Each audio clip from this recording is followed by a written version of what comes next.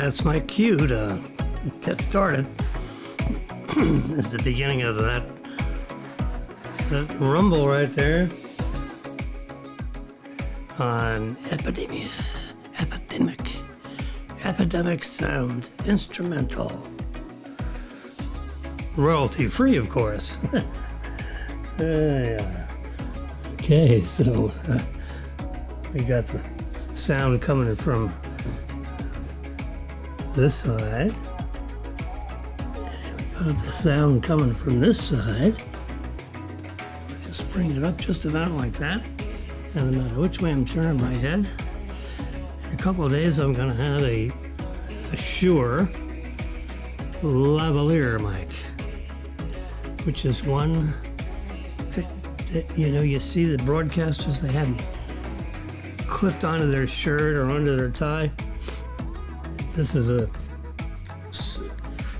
super high quality one.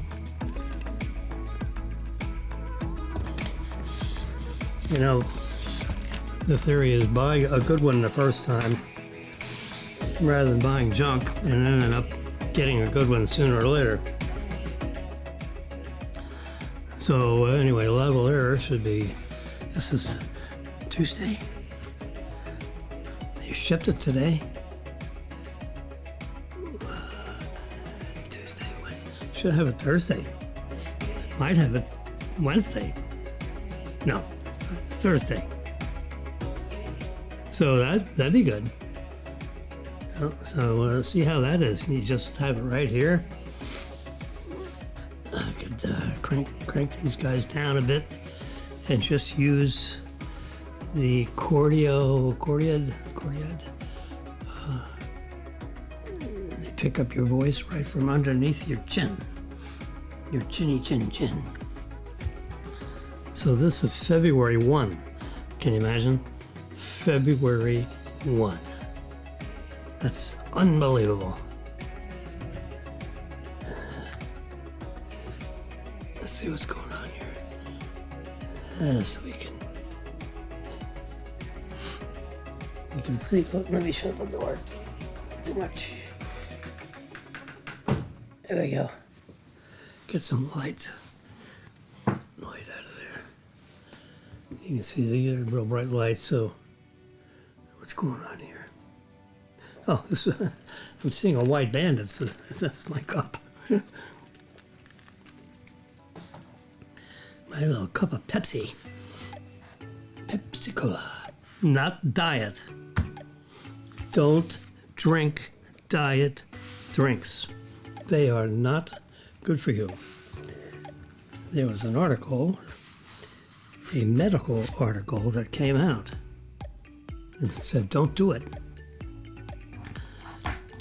Intuitively, I've been telling people not to do it for a long time. And now I finally got some, evidence.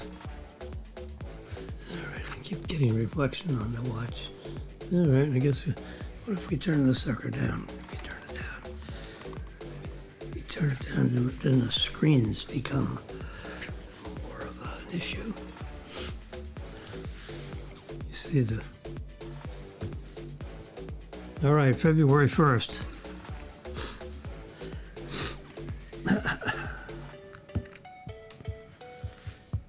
So today, just so you know, it's important. Let's see if I got it on here. Well, I don't care if I have it on there. I have it on here. Right there. Look at that. Can you see it?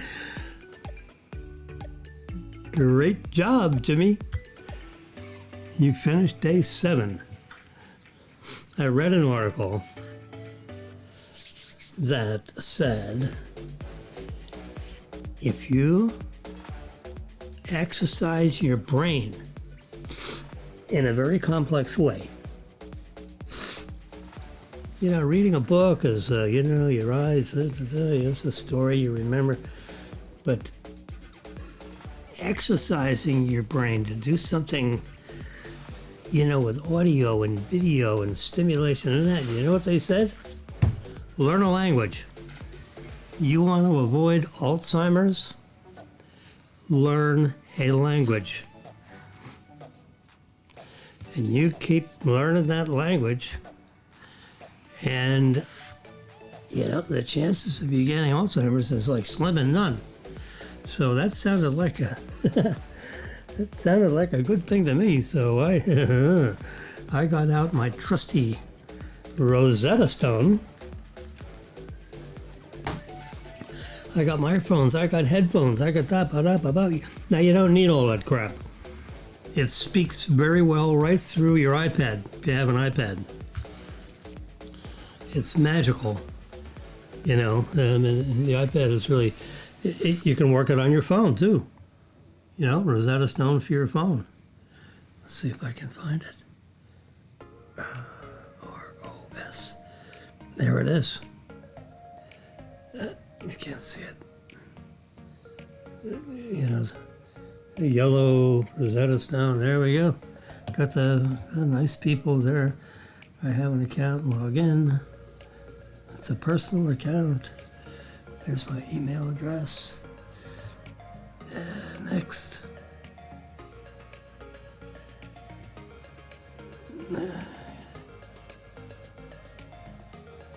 Oops, no, not that. It's a simple one.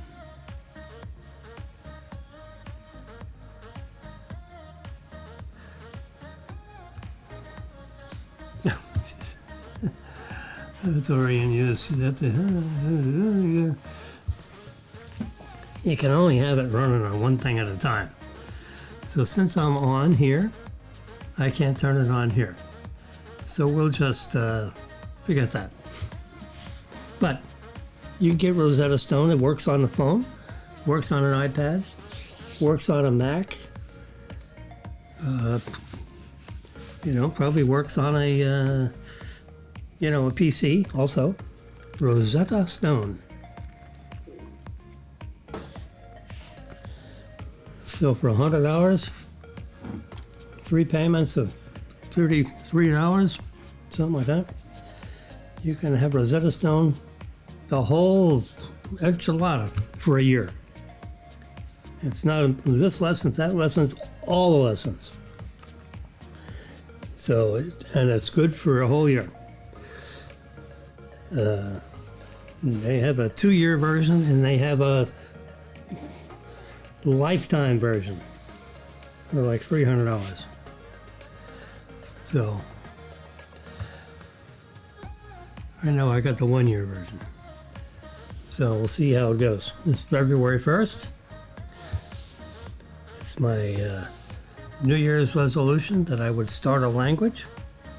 So I started right from the beginning of Spanish speaking, lesson 1. I got 22 correct, 2 incorrect, 0 incomplete. 91% I passed. If you get less than 90%, you don't pass. You do it over again. So that was speaking. And then listening and speaking. Lesson 1, language basics. 95% passed. 68 correct. 3 incorrect.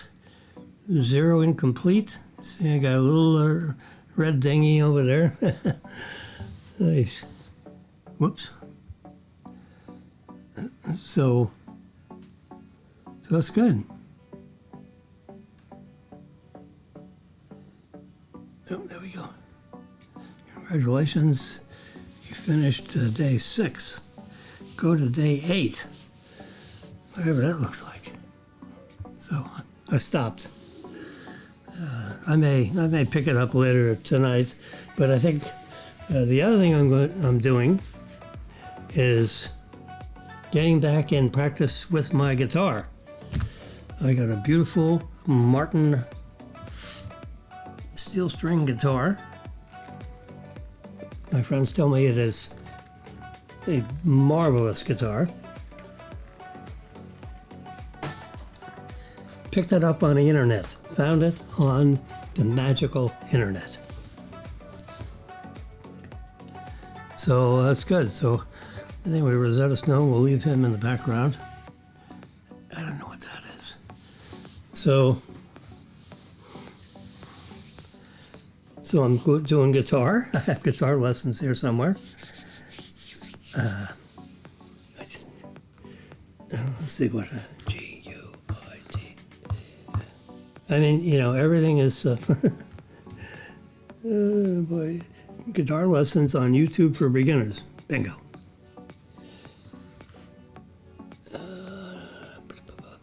Which one?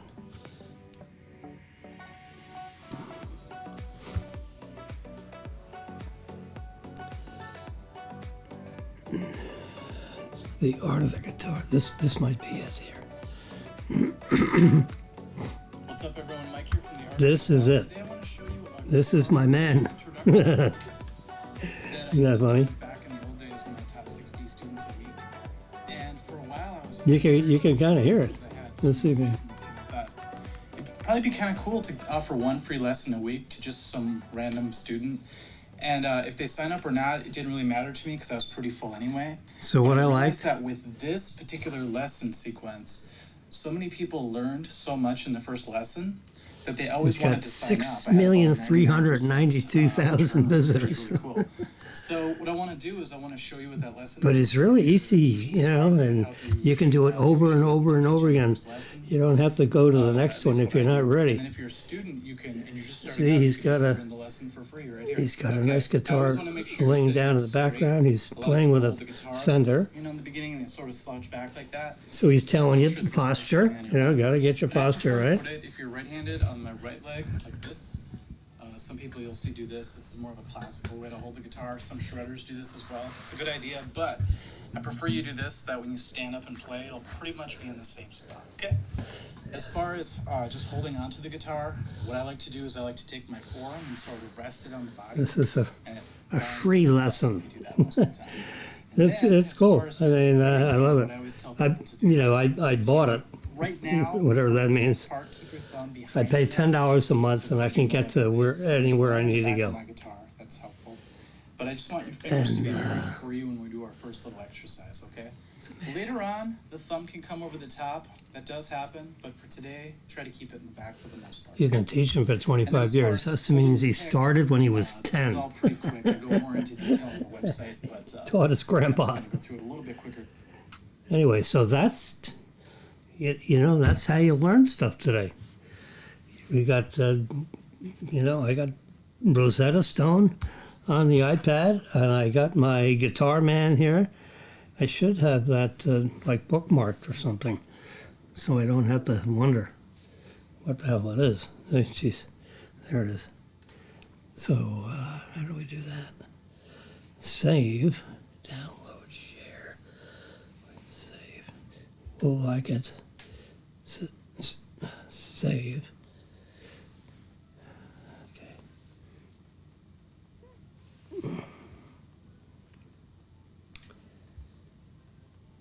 You would think there's a way to, like, loop quality report.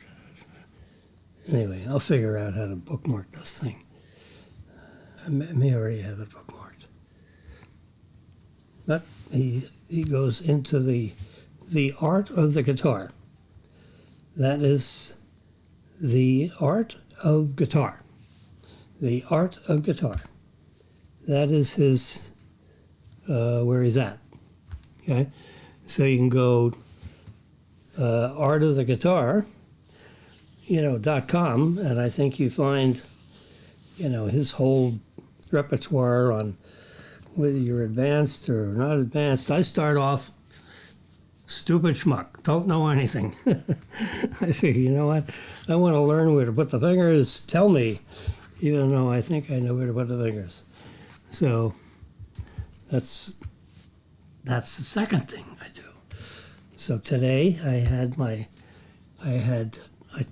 did 2 days worth of Rosetta Stone, and I'm going to do my third day maybe later.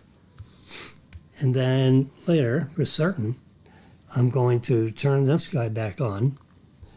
What's his name?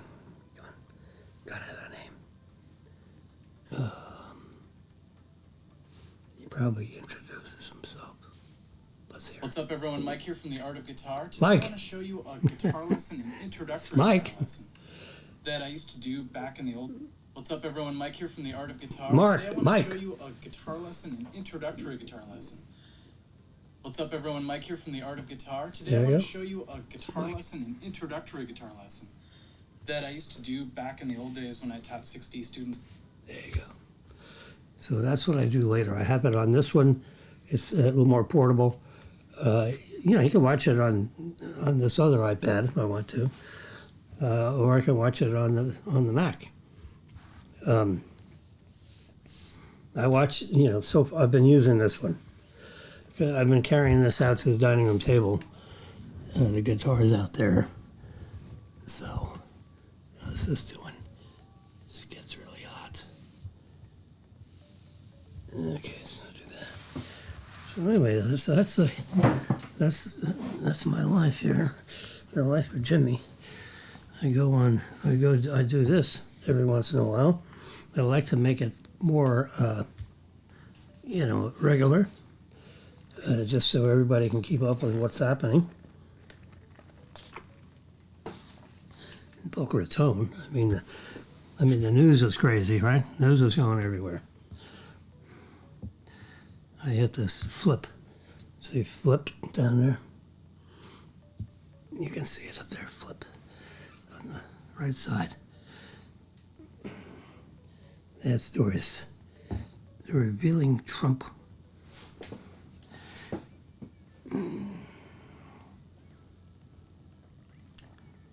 right, what's this? What is it to seize voting machines? All right, so they're really concerned about voter fraud. Anyway, so you can flip this, and then for you can see up there in the top left corner it says for you. I'm going to show you this because, you may, this is where I get all my news.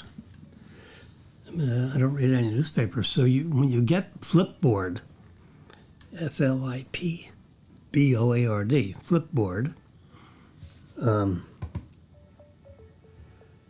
you put in there what you're interested in. You put in there who you're interested in, what you're, things, people. So I have this, and they allow you to have 3 panels of all what you want to look at. So I can go back here. This up here in the top left corner is like selected articles for you. So if I just press, this is like a double thingy. So you touch there, and you have these stories, which you can see that. Let me, if I, there you go. See, I'm down in the lower corner here, and the rest has been increased in size so you can actually see it better. Remember this red wire here? This is a USB-C. It goes around behind here, and it comes right back up into here. I've covered it up with the black napkins, tablecloth napkins. So you don't have all these wires all over the place. I thought it would be better for Marilyn that I don't have a million wires, so she can't see any wires. Because I got them all covered up for myself and for her. Oh, sorry, little thunderstorm. Let's cover those wires up with that one. I got a couple more napkins down here if I need them. So that's it. So look at this one with the jet. Why the U.S. Air Force can't build more F-22 stealth fighters. All right? It's probably because Congress won't give them the money. Can't imagine there being another reason. It's the best stealth fighter on Earth. So now if I touch this, it breaks out into a big article.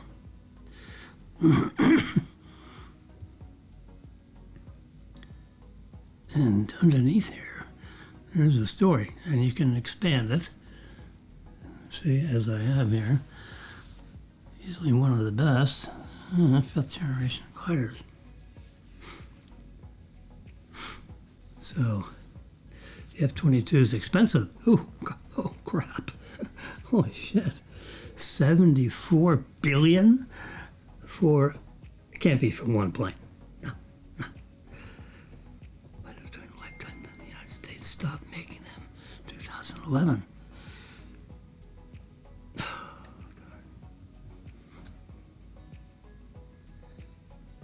Anyway, it's got to be like the program is $74 billion. It can't be $74 billion for one airplane. You wouldn't think. They said it's expensive. Let's press this one. See where it takes us. The cost is astronomical. All right. Well, if it's $74 billion, they're right. There they are. There's two of them. So that would be on. Now here you go. Unit cost $150 million. No, the F-22. Is that what we're talking about? F-22. The cost of one aircraft alone is estimated at $334 million. Jeez, that's better than $74 billion. It couldn't be. I mean, it's just too much. I mean, that's the price of an entire aircraft carrier, with babies. So $330 million, which includes some research and development. Unit cost $150 million. All right, so they double talked me, and I still don't know what the hell the price of the plane is. They wanted 700 F-22s. 700. Now we're talking serious planes here. The flight cost per hour is $70,000 per hour. So if you amortize the total, amount of time that the plane could be in the air and all the expenses associated with dealing with the airplane, you come up with we had a Saberliner jet. When I was a young pup in the company, I had come up through the ranks somehow, and I was the director of operations. So in a sizable company, that's a serious job, director of operations. That means everything that goes on is your fault. And of course things don't work all the time. So hey, where's Jimmy? They called me Wilski. That was my nickname. Wilski, where's Wilski? He's hiding under there. Yeah. So, we had stores in 5 different states, 1,000 employees. And, of course, director of operations has to deal with 1,000 employees because we didn't actually have an HR department. I just had a couple of girls over there in an office, and, that became HR. We didn't call them HR back then. But anyway, so we had the Saberliner, and it's a 7-passenger rocket ship. It's a Saberliner. I don't know if you guys, know what that might be. A Learjet. Remember way back about 20, 25 years ago, they had a Learjet. Well, Saberliner was like a competitor of a Learjet. They look very similar, but the Saberliner had, we picked that instead of the Lear because of the hourly cost to operate. And we could put an advanced avionics in it, whereas the Lear had you pretty much stuck with what they gave you, and they weren't really happy when you wanted to, change it out for better gear. So with the Saberliner, we ripped out the avionics and put in good stuff, because you got to know where you got to know where you're at, in the world of things, plus the control mechanisms and so forth that are associated with the electronic panels, that the pilots have to deal with. You can see all these buttons here, but it's nothing like what the pilot has to deal with. I got all my buttons down here, and a lot of the modern avionics systems, they have very similar rows of things, because you can have only so many displays, on a screen, and you have three big screens, one for the pilot, one for the co-pilot, and one in the middle. So the co-pilot and the pilot screens are almost the same. One might have the glide, the more attention on the lift and the altimeter and so forth, and the co-pilot might have more interest in the map and the flight plan and staying on the flight plan and all that, and then you surround it with a bunch of information, the temperature of engine 1, the temperature of engine 2, the speed of engine 1, speed of engine 2. They should be in sync, or else you have woo, woo, you hear this wobble because of an asynchronized engines. You want them running at the exact same speed, like 18,000 RPM. They run fast. I mean, those suckers are really spinning, so they have to be in perfect balance. So, having a turkey fly through there is not a good idea, because that can ruin an engine. Take out one of the blades. There's a whole bunch of blades rotating around. There's probably 120 blades that are all perfectly machined. They have the same curvature, and they have the same exact weight. They fit in a slot in the cylinder, and they rotate the little buns off. They're actually loose. They're not screwed tight. So they're, the blades slide in to a slot, and the slot has an oval opening. So you have an oval thingy on the blade, and that slides in there when they're assembling the engine. So when the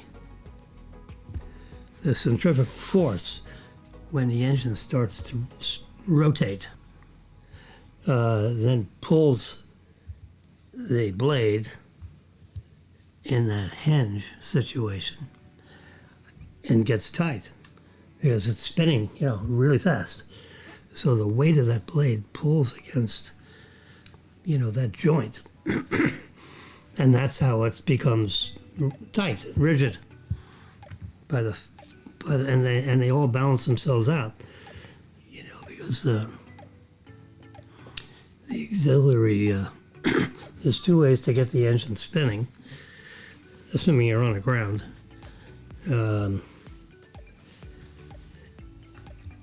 Is you get the co-pilot out there and you tell him to blow hard. There's actually a little motor in there, a little electric motor that'll start the rotation. Just because something's got to get it started, and you don't push a button, like in a gasoline car or something or other. So you need to get it spinning, and the way they do it is there's a thing called an auxiliary power unit, which is a small, would you believe it, a jet engine powered generator. A jet engine powered generator. Well, the output of that jet engine is, a flow of, spent fuel and air. it blows hard. Well, that is aimed, I mean, this is all like fixed and so forth. You don't have to do anything. So you start the APU, and that gets the engines rotating because you have this huge blast of, it's a much smaller engine. It's like a portable jet engine. And it's called an auxiliary power unit, and it creates auxiliary DC current because that's the output of that generator. Use it to charge the batteries in the plane, and there's a row of batteries. So that APU, almost even the huge planes have APUs, and the system of pipes and baffles, they direct that into the engine to get it rotating, and then it'll rotate, get up to 500 or 600 RPM. Then you can actually press a start button, which fires a spark plug kind of a thing, and it ignites the fuel that can be sprayed or atomized into the engine. And you have to have the engine rotating, rapidly, 1,000 RPM or something, before you ignite the engine, before you turn it on, so to speak. So you have to ignite the engine. Remember, we spin it with the APU. It's not ignited. It's just an engine that's rotating, and you get it rotated up to like 500 RPM, and then and that way there's a definite movement of the air from the front to the back. And there's a lot of blades in there, and they're directing the air into like a compressor, where the air is channeled into a tighter and tighter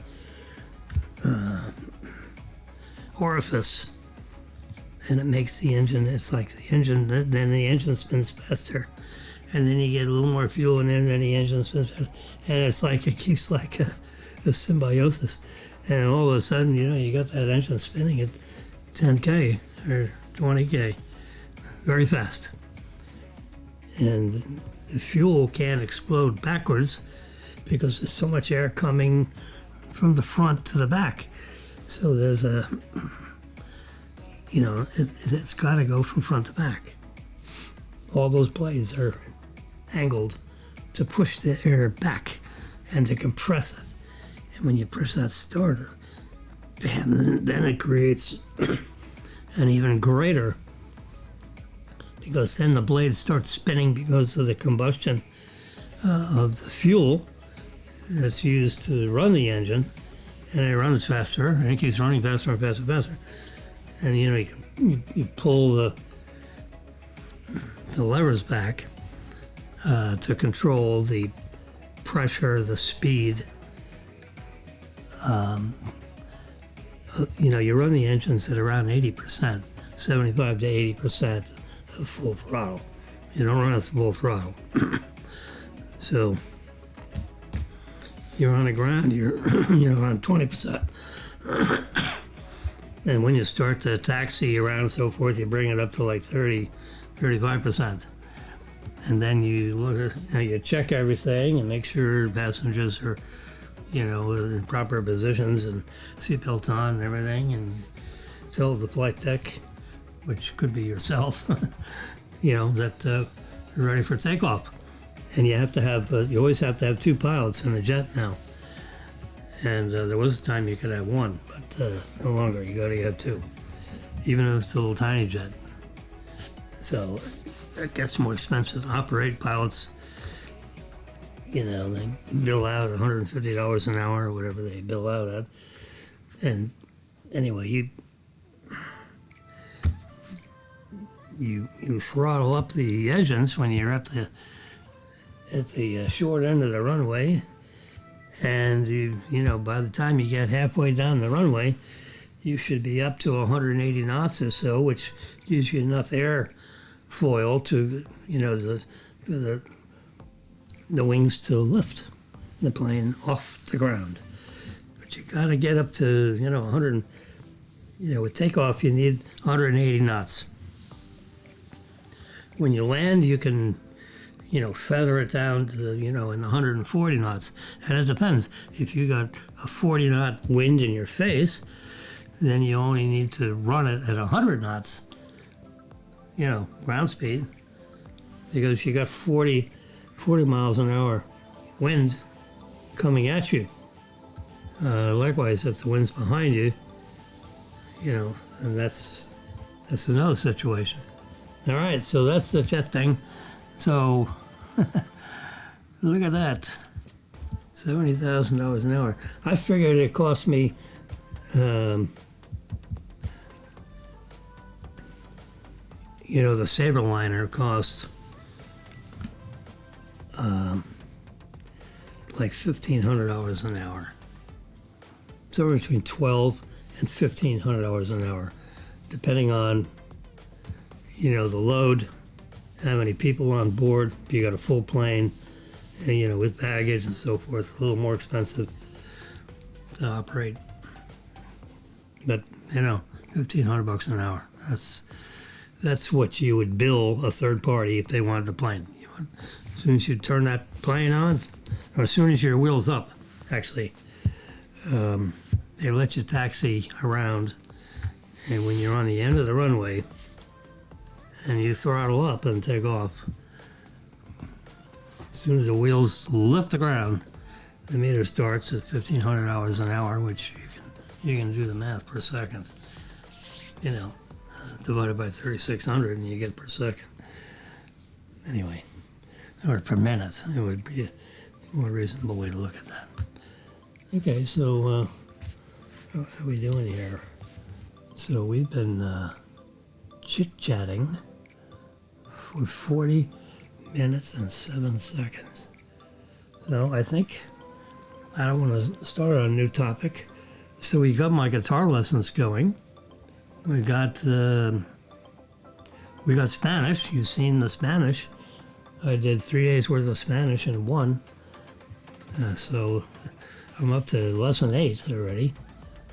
And I started from the beginning, so I don't want to miss anything. And, the pronunciation, I'm a little, I'm real big on getting the pronunciation right. And my voice is a little scratchy anyway. What do you call it? Bypass surgery will do that because they shove these pipes down your throat and they loused up my voice box. I can talk, but it's a little raspy. Okay, that's the way it goes. All right, so we will tune out now, and we'll put up epidemic sound for a 30-second tail on the end of this. And if you can think of anything you want me to talk about, you can send me a text message at 561-416-1100. 416-1100. 561-416-1100. I've had that number for 25 years, I think. As long as I can remember. I can't remember what my other one would have been. I picked it up when I was at Boca Bank.